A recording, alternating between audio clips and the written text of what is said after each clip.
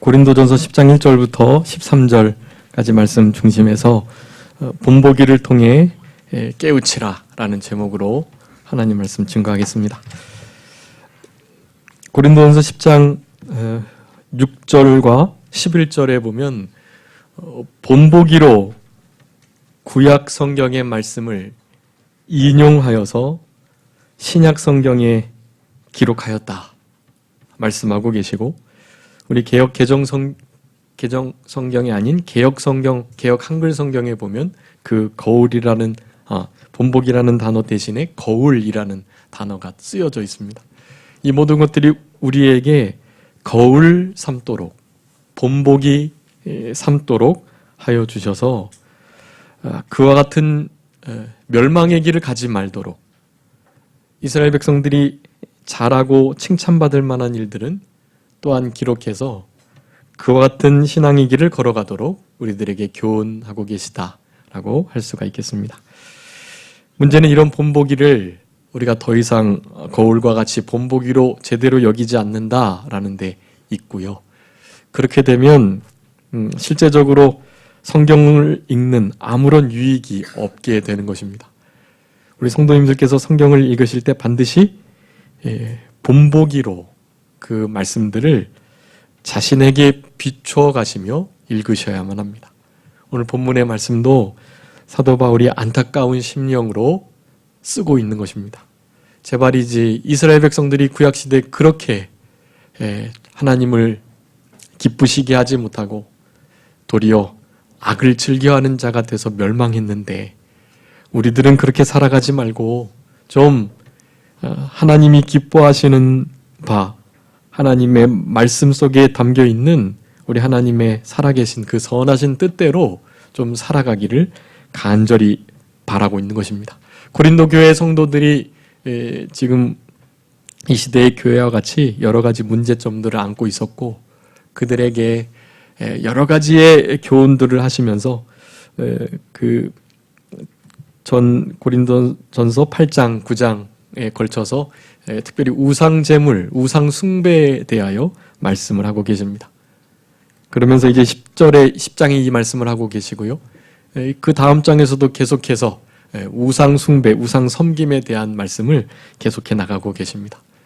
오늘 본문에서 이스라엘 백성들이 광야에서 다 엎드러지게 된 거, 출애굽해가지고 20세 이상 장정, 그러니까 장정만 60만이라고 그랬는데요. 60만 중에 갈렙, 여호수아 빼고 다 죽은 거예요. 2세대 실제로 가나안 땅에 들어간 이들은 20살이 되지 못한 이들, 노중에서 태어난 이들, 그런 이들만 들어가게 되었던 것입니다. 여호수아와 갈렙과 함께요. 이와 같은 일 가운데 이 우상 숭배함이 하나님의 진노를 사게 되었다라는 것을 강조하고 계시고, 그렇기 때문에 우상 숭배하는 일을 피하라, 멀리하라, 결코 우상 숭배하지 말자, 이런 말을 하는 것입니다. 여러분, 이런 말씀들을 본보기 삼으셔야 되겠습니다. 본보기 삼으시고 이런 말씀들을 통해서 깨달으셔야 돼요. 정말로 우상 섬기다가는 죽겠구나, 망하겠구나 라는 것을 확실히 하셔야만 합니다.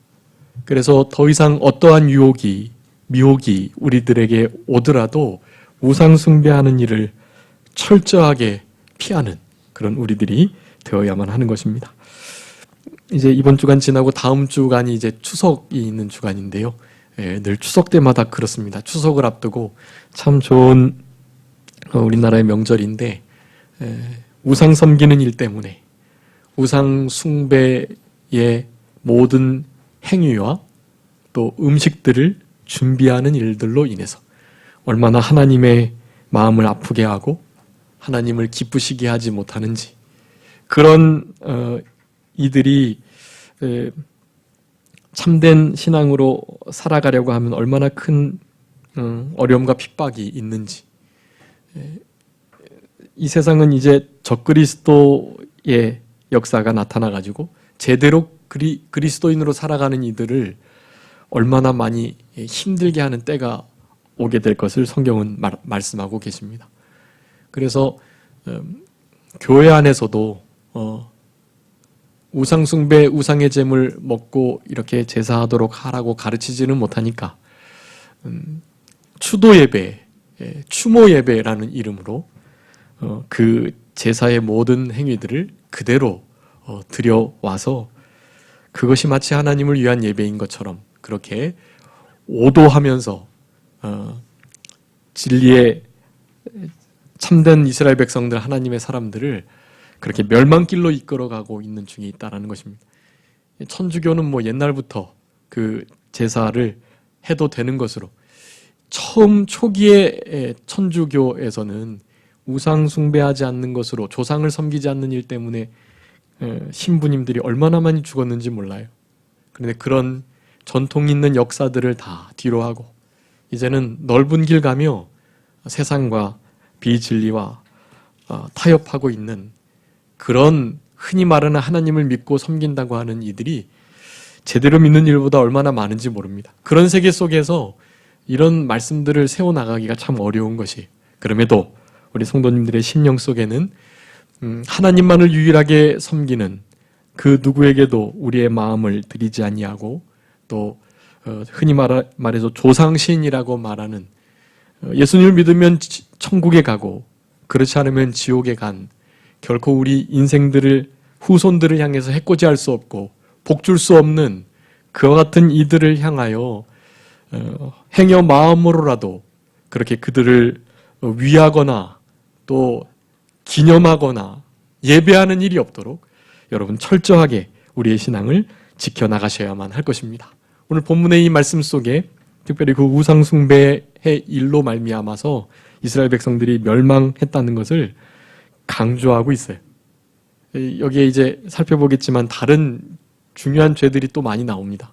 그런 모든 것들은 사실은 이 우상숭배의 역사, 그것으로 인한 것이, 마음이 미혹되고 미혹된 마음이 되어가지고 이런 모든 죄를 범하게 되었다라는 사실입니다. 추석을 앞두고 실제적인 우상의 제물을 먹는 것과 제사를, 차례를 지내는 일뿐만 아니라 이 땅을 살아가면서 영적인 우상 숭배, 하나님의 자리에 올라 있는 그 무엇, 그것이 돈이든 건강이든 자녀든 명예와 영광이든 우리의 사업이든 우리의 사회적 지위와 어떤 관계든 전혀 관계없고요. 그 모든 것들이 하나님보다 더 사랑하는 자리에, 두려워하는 자리에, 생각나는 자리에, 따르는 자리에, 의지하는 자리에 있다면 여러분 그것은 우상이고 우상의 제물입니다. 그와 같은 것들을 위하다가 얻어지는 유익들, 그 우상의 제물을 먹는 거예요. 그러니까 그런 일들을 철저히 피하면서 그 일로 말미암아 망했던 이스라엘 백성들의 역사들을 잠깐 살펴보면서 철저하게 그와 같은 역사적 사실들을 본보기 삼는 우리들이 되어야 될 것입니다. 전감소연이라는 말이 있는데 전감 삼는다 흔히 하잖아요. 전감소연이라는 사자성어 중에 앞자를 딴 것입니다. 전감소연이라는 것은 옛날에 일어났던 어떤 일들을 통해서 확실한 사실을 본받아야 할 것들, 체험적으로 우리는 실제로 체험하지 못했지만 그 당시에 체험적으로 경험되었던 그 지식과 사실들을 제대로 알아내는 것, 그런 의미를 갖습니다. 우리는 이 이스라엘 백성들의 광야 생활 속에서의 범죄의 사건을 통하여서 결코 전감소연 삼는 우리들이 되어야 할 것입니다.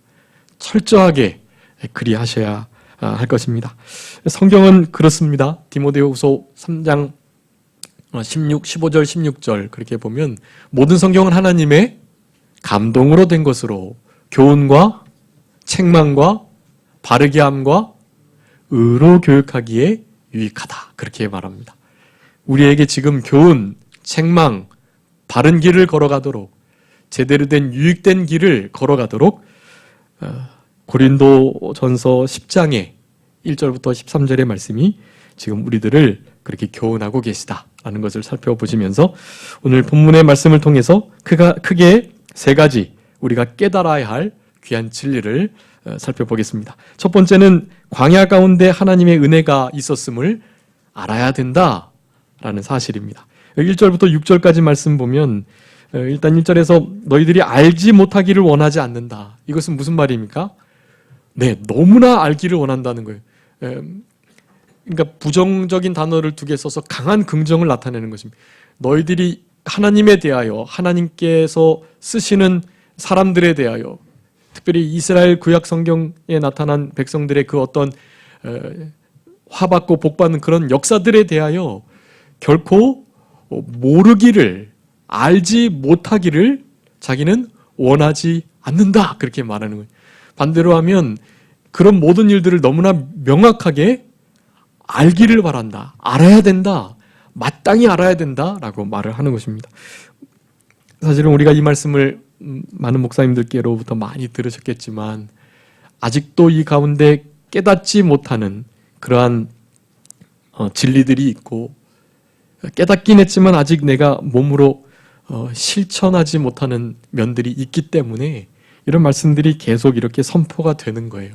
여러분 그렇게 생각하시고 이 말씀을 통해서 분명히 깨달아 아는 철저하게 전감소연 본보기 삼는 거울로 삼아가지고 자신의 삶을 비추시는 그런 이 시간이 되어야 되겠습니다. 광야 가운데 하나님께서 무엇을 베푸셨다고요? 은혜를 베푸셨다. 사실은 그 출애굽의 시점부터 은혜의 역사였고, 아니 출애굽하기 전에 그 모든 준비되는 역사들 다 하나님의 은혜의 과정이었습니다. 물론 고난 중에 있었던 은혜였어요. 광야의 생활도 마찬가지입니다. 은혜 가운데 건짐 받았지만 역시 이름 그대로 광야인 것이, 그래서 어렵고 힘든 일들이 너무나 많았고 이스라엘 백성들은 그 일을 만날 때마다 원망하고 하나님을 시험하고 불평하고 그렇게 살아갔던 것입니다. 그럼에도 그와 같은 어려운 광야 가운데 하나님의 끊이지 않는 계속되는 은혜의 역사가 있었다라는 사실을 사도 바울이 강하게 지금 강조해주고 계십니다. 너희들이 그와 같은 일들을 알지 못하기를 원치 않는다라고 말하면서 조상들이 다 구름 아래 있었다라고 말합니다. 이 구름은 이제 낮에 뜨거운 광야의 태양을 막아주는 그 구름을 가리킵니다. 밤에는 또 그 지역의 특성상 너무나 많이 온도가 떨어져 가지고요, 일교차가 엄청 나는 거예요. 그래서 그 많은 일교차를 우리 하나님께서 구름 기둥과 불 기둥으로 다 막아주셨던 것입니다. 밤에 큰 여러 광야의 해로운 짐승들로부터의 보호하심과 또 낮아진 온도를 따뜻하게 데펴주시는 이 불 기둥의 역사로, 낮에 뜨거운 태양을 막아주시는 구름 기둥의 역사로 끝까지 우리 이스라엘 백성들을 그렇게 보호해 주셨던 것입니다. 구름과 불, 그것은 우리 하나님의 진리의 말씀과 임재를 가리킵니다. 하나님의 말씀대로 가라 하면 가고 서라 머물러라 하면 머물고, 하루 머물러 하루 다음 날 떠나자 해도 떠나야 되는 것이고, 또 몇 개월이건 머물자 하면 머무는 것이고, 그 말씀대로 따라가는 것, 성막을 중심으로 한 언약궤 가운데 임재하시는 우리 하나님의 그 준엄하신 광대하신 영광스러운 그 임재, 그 구름 속의 임재, 그 임재를 우리 하나님께서 구름과 불기둥으로 늘 나타내 주셨다라는 사실입니다. 낮에는 구름기둥, 밤에는 불기둥으로 그들에게 비추셔서 낮이나 밤이나 떠나지 않고 진행하게 하셨다. 그들을 떠나지 아니하는 구름기둥과 불기둥에 대하여 출애굽기 13장은 말씀을 합니다. 그런 구름기둥과 불기둥의 은혜, 가장 중요한 은혜 가운데 하나이었습니다. 광야 생활 힘들고 어렵고 지쳐 쓰러지고 또 20세 넘은 이들은 다 거기서 죽기도 했죠. 그런 일들이 있었지만 그 가운데 계속되는 하나님의 은혜가 있었다라는 것을 우리는 잊지 않아야 하고, 그런 은혜를 우리의 삶 속에서 찾아내시는 우리들이 되어야만 합니다.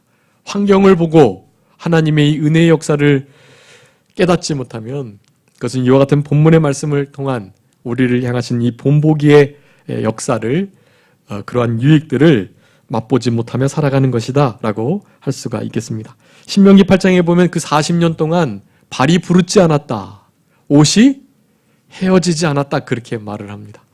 하나님의 특별하신 보호와 섭리, 간섭하심, 그런 것들을 우리는 알 수 있는 것입니다. 그 하나님께서 광야 가운데 베푸신 두 번째 은혜는 홍해를 마른 땅으로 건너게 하셨다라는 사실입니다. 우리 출애굽기 14장에 보면 그 홍해의 바닷물이 나누어져 가지고 양쪽에 벽이 되었다. 그리고 동풍을 불어 가지고 그 바닷물을 다 세우신 뒤 땅을 마르게 하셔 가지고 그들이 마른 땅으로 건너게 되었음을 분명하게 말씀합니다. 여기에 이 마른 땅으로 건넌 이와 같은 역사, 바다 가운데로 지났다라는 1절의 그 말씀을 말하는 것인데요. 모세에게 속하여 모세의 인도를 받아, 그런 뜻이고, 다 구름과 바다에서 세례를 받았다. 구름과 불기둥의 보호하심의 역사, 특별히 홍해가 갈라져서 바다의 길을 마른 땅으로 걸어간 그와 같은 역사들이 다 어우러져서 광야의 연단의 과정을 통과해서 그들이 점점 깨끗하게 되는 그 과정 속에 있었다라는 것을 이 세례라는 표현을 사용해서 우리들에게 하고 계시는 것입니다. 이스라엘 백성들이 연단을 통해서 점점 더 만들어지고 깨끗하게 되었다라는 것을 세례의 표현으로 하고 계시는 것인데요.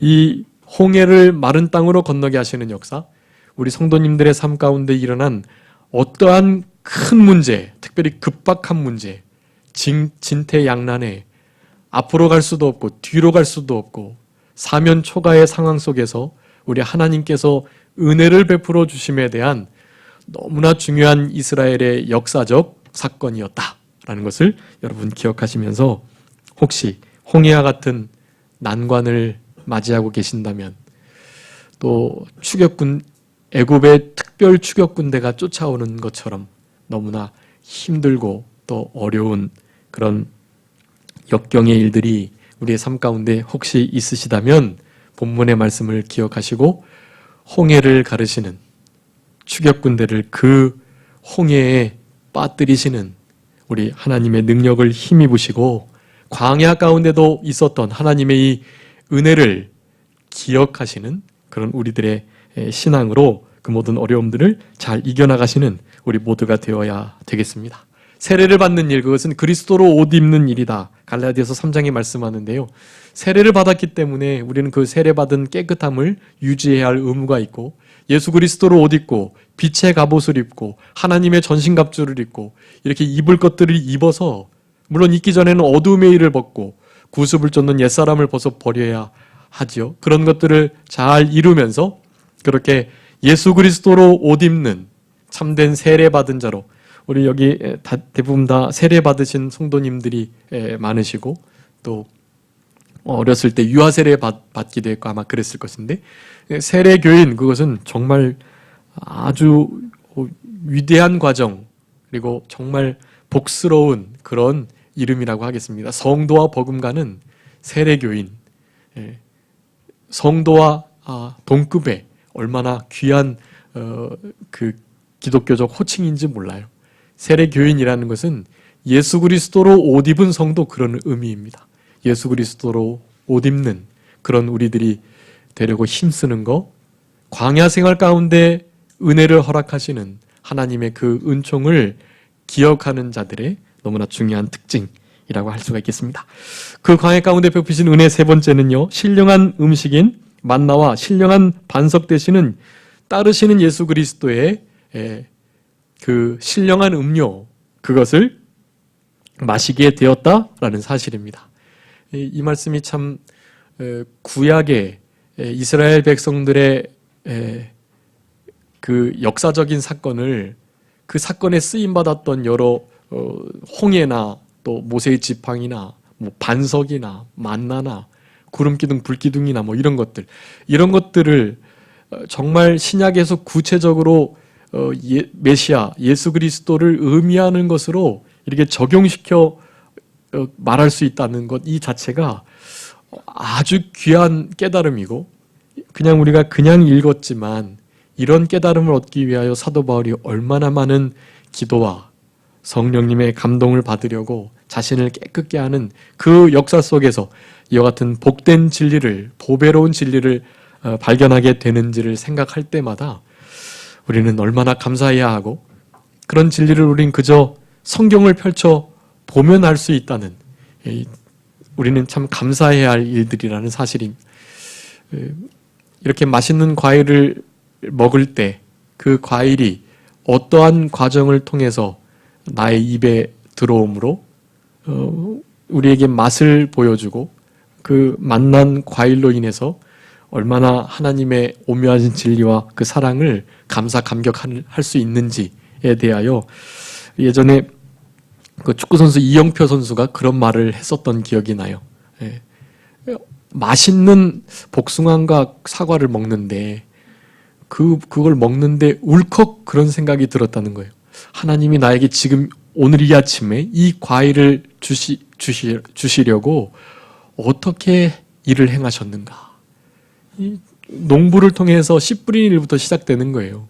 씨 뿌려서 그 씨가 잘 자라가지고 나무가 되고, 그 나무에서 열매가 맺히고, 그 열매 중에 좋은 것을 골라가지고 그것을 따서 잘 씻고 구별하고 구분해가지고 적당한 크기의 과일을 좋은 가격에 그렇게 팔게 되고, 그것이 잘 유통돼서 어떻게 그것이 지금 내 입에 지금 들어오게 되었다라는 것을 생각할 때 하나님의 그 자신을 향한 섭리와 그 사랑에 얼마나 감사했다고 하면서, 처음 예수님을 이렇게 영접하고 믿은 지 얼마 안 됐을 때 그런 마음이 들었던 것을 그렇게 간증하는 것을 제가 들었습니다.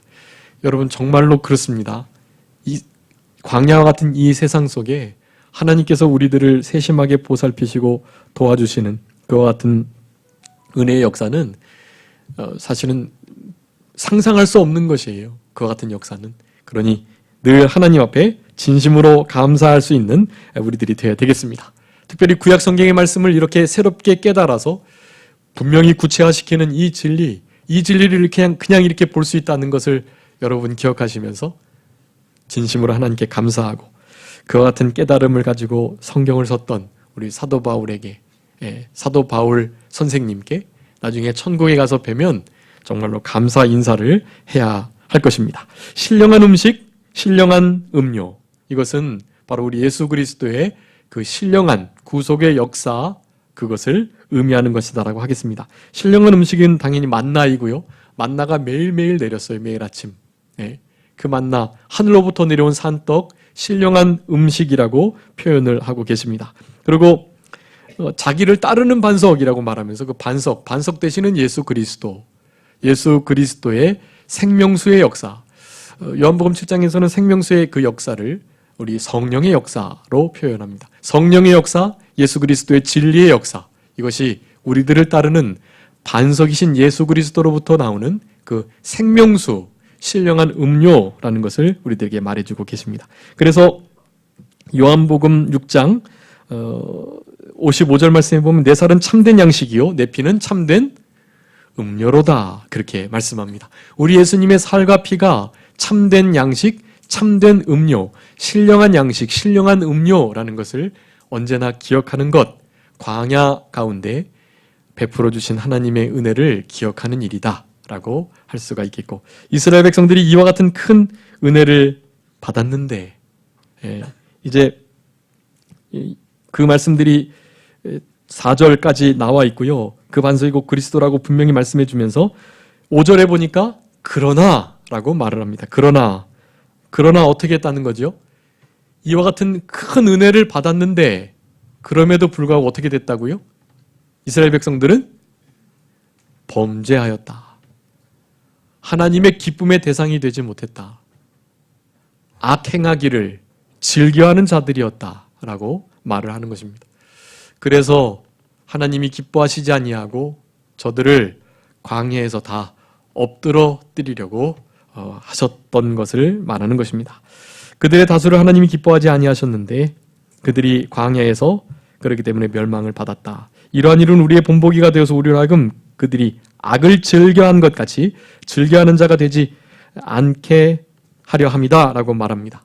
그래서 두 번째, 오늘 본문의 말씀을 통해서 우리가 전감소연 본보기 삼고 분명히 깨달아야 할 말씀은 악을 즐겨하는 자가 되지 말아야 된다라는 사실입니다. 우리가 겨우겨우 악에게 지고 막 어쩔 수 없이 넘어지고 보통 그렇게 생각하고 있지만 우리의 심령 마음 상태를 잘 살펴보시면 사실은 그렇지 않음이 있다는 것을 아시게 될 것입니다. 우리 악행하는 일들, 죄를 사실은 즐기는 것이 우리의 부패한 성품의 아주 주도적인 성향이에요. 그래서 그것이 비록 십자가에 못 박혀 죽었긴 하지만 그것이 날마다 되살아나는 것입니다. 되살아나서 우리의 중생한 영을 힘들게 하고 하나님의 말씀을 가지고 하나님의 자녀답게 백성답게 살아가려고 하는 일을 얼마나 방해하는지 몰라요. 여러분 그래서 그렇게 기도하셔야만 합니다. 오늘 본문의 말씀을 가지고 기도하셔야 돼요. 악을 즐겨한 자와 같이 악을 어떻게 하지 않도록? 즐겨하지 않도록 해주십시오라고 기도하셔야만 돼요. 나 뭐 악을 즐기는 사람이 아닌데 뭐 괜찮겠지. 나 원래 좀 선하고 경건하고 의로운 사람이었는데 내가 믿은 지가 얼마나 됐는데 성경을 얼마나 읽고 기도를 얼마나 많이 하는데 나는 뭐 악을 즐겨하는 자는 아니니까 그렇게 기도하지 않아도 되겠지 생각하시지 마시고 내 안에 깊은 곳에 악을 즐겨하는 그 부패한 성향이 아직도 남아있다. 이제 그것이 우리의 몸의 구속을 기다리는 것과 같은 것이고요. 몸의 구속이 온전히 이루어질 때가 있습니다. 그때가 언제입니까? 예수님께서 다시 오실 재림의 때입니다. 그때 우리의 몸이 영광스러운 부활체가 되어야 그때야 우리는 육신의 부패성과는 이제 진짜 관계없는 삶을 살아갈 수 있게 되는 것이. 그 전까지는 사탄이 우리를 계속 미혹하고 있고 우리의 부패성, 남은 폐잔병과 같은 그들이 우리를 얼마나 힘들게 하고 공격하고 미혹하고 있다는 것을 우리가 늘 기억해야만 하는 것이. 그래서 악을 즐겨하는 자가 되지 않도록 잠언 2장에 보면 행악하는 자들이 그렇게 늘 악을 즐겨하는 일들이 있다. 악행하는 그 자체를 기뻐하고 즐거워하는 그러한 삶이 아주 일반적인 보통 사람들의 삶인 것을 말하는 것입니다. 여호와를 경외하는 삶이 아닌 모든 인생의 삶, 그것을 행악하기를 기뻐하며 악인의 패역을 즐거워하는 자의 길로 그렇게 묘사하고 있습니다. 그러니까 우리는 이제 물론 하나님을 경외하는 자 속에 포함되어 있지만 하나님께서 우리를 얼마나 사랑하시는지, 그래서 우리가 하나님을 최고로 사랑하면서 또한 하나님은 공의 하나님이시기 때문에 하나님이 얼마나 두려운 분이신지, 그래서 하나님을 두려워하는 그 마음으로, 최고로 사랑하고 최고로 두려워하는 마음으로 그렇게 살아가지 못할 때에는 악을 즐겨하는 자의 길 속에 빠질 수밖에 없다라는 것을 우리가 기억해야 하는 것이에요. 그래서 결코 악을 즐겨하는 자가 되지 않도록 우리 예수님처럼 성령님의 역사로 하나님을 경외하는 것을 즐거움으로 삼는, 그것을 낙으로 삼는 그런 우리 모두가 되어야 할 것입니다. 그렇게 악을 즐겨하는 자가 되지 않아야 되는데 이스라엘 백성들은 악을 즐겨하는 자가 되어가지고 본문에 의하면 크게 3가지, 11절까지 3가지의 죄를 그렇게 행했음을 말하고 있습니다. 첫 번째는 7절에 있는 것처럼 무엇이라고요? 우상 숭배하는 자가 되지 말라. 우상 숭배하는 일. 여러분, 이 일을, 우상 숭배를 첫 번째 기록한 데에는 이유가 다 있는 것이에요.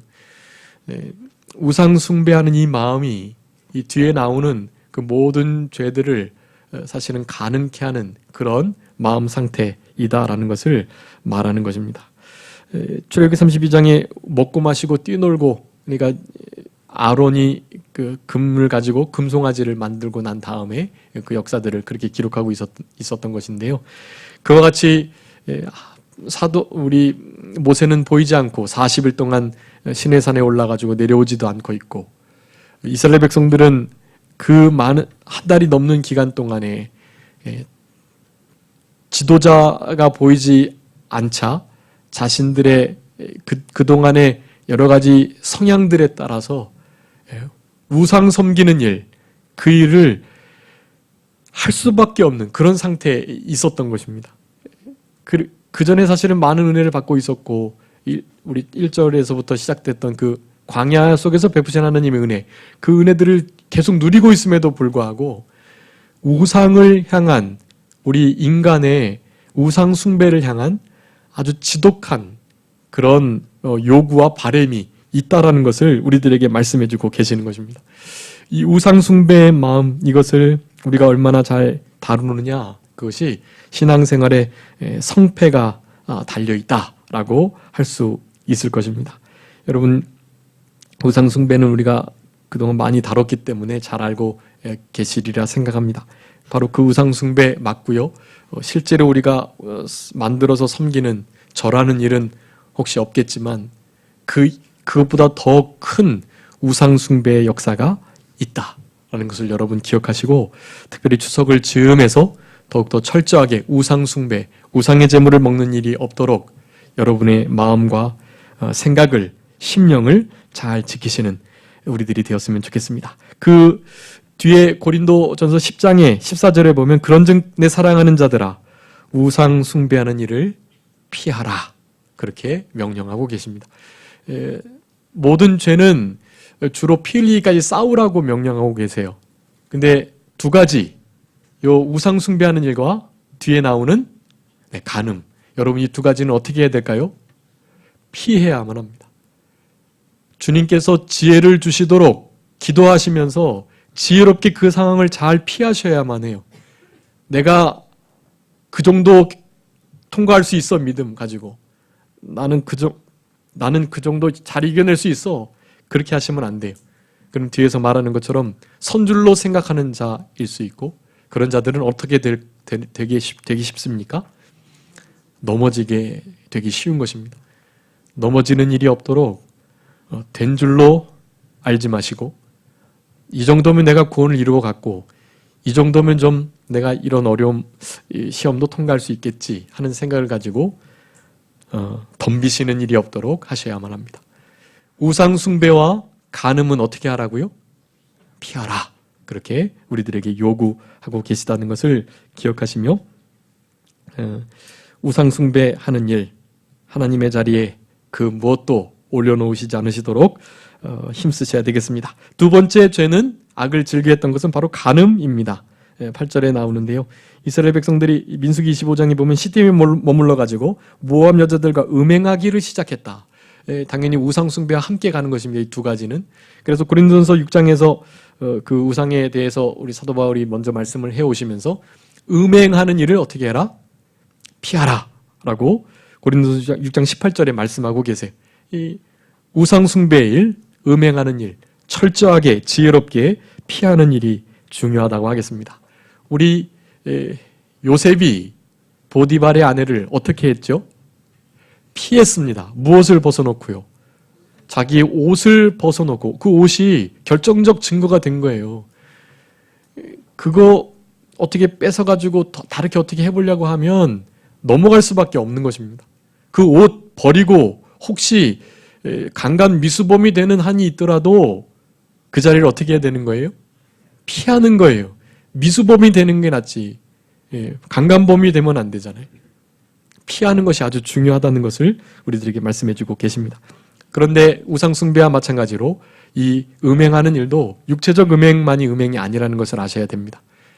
우리의 마음이 남자나 여인을 보고 음욕을 품으면 그것이 이미 간음했다라고 우리 예수님께서 말씀하셨어요. 그보다 한 단계 더 윗급의 음행은 바로 영적인 음행입니다. 세상과 벗하는 것, 하나님으로부터 마음을 떠나는 것, 이 모든 것이 여러분 음행과 같다는 것을 아셔야 됩니다. 세상과 친구처럼 벗하며, 물론 당연히 하나님보다지요. 하나님보다 더 친하게 지내는 거, 여러분 그거 음행이에요. 간음입니다. 여러분 결코 그 길을 걸어가시지 않으셔야 되겠습니다. 야고보서 4장 4절 한번 읽어주세요. 야고보서 4장 4절.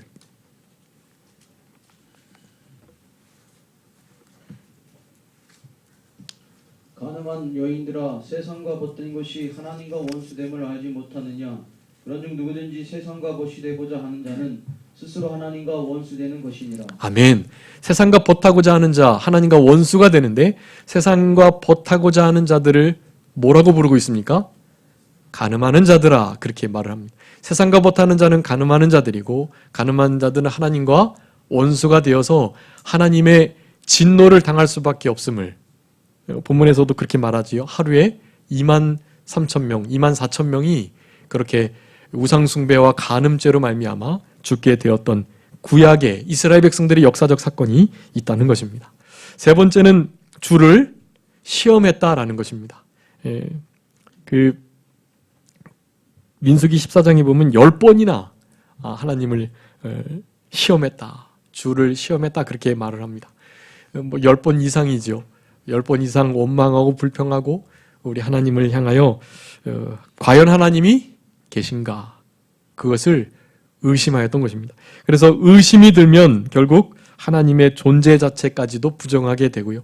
존재를 부정하게 되면서 그가 계시든 안 계시든 내 마음대로 내 멋대로 결국 하나님을 대적하는 자리에 이르게 됩니다. 결코 주를 시험하는 일이 없도록 우리의 마음을 잘 지키셔야 하겠습니다. 하나님이 계시는가 혹은 하나님이 과연 계시다면 이런 일이 나에게 있을 수 있을까? 하나님의 어떤 의롭고 선하시고 은혜로우신 그 성품을 하나님의 인격을 의심하는 경우가 또 있어요. 결코 그러셔서는 안 된다.